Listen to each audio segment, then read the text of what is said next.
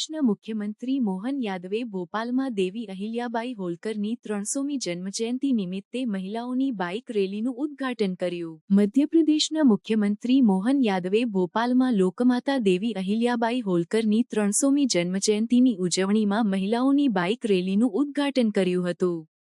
100થી વધુ મહિલાઓની ભાગીદારી સાથે યોજાયેલી આ રેલીમાં વિદ્યાર્થીઓ, વ્યાવસાયિકો અને સ્વયંસહાય જૂથોની સભ્યોએ ભાગ લીધો હતો, જે લિંગ સમાનતા અને જાહેર જીવનમાં મહિલાઓની ભાગીદારીને પ્રોત્સાહિત કરવા માટેનું સંકેત હતું.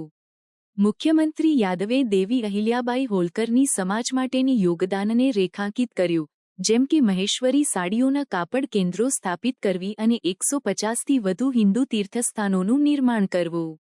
તેમણે જણાવ્યું કે રાજ્ય સરકાર અહિલ્યાબાઈના આદર્શોને પોતાની નીતિઓમાં સમાવિષ્ટ કરી રહી છે, જે ન્યાય, શિક્ષણ, સામાજિક કલ્યાણ અને જાહેર કલ્યાણ પર કેન્દ્રિત છે.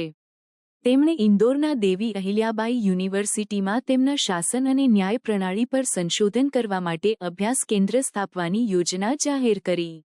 આ બાઇક રેલી દેવી અહિલ્યાબાઈ હોલકરની 300મી જન્મજયંતિની ઉજવણી માટેની શ્રેણીબદ્ધ કાર્યક્રમોનો ભાગ હતી.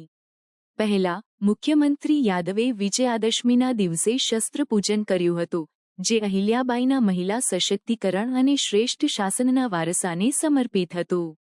આ ઉપરાંત, ઇન્દોરમાં એક પોલીસ બટાલિયનને દેવી અહિલ્યાબાઈના નામે નામકરણ કરવામાં આવ્યું હતું, જે તેમના જાહેર કલ્યાણ અને શાસન માટેના યોગદાનને માન્યતા આપે છે.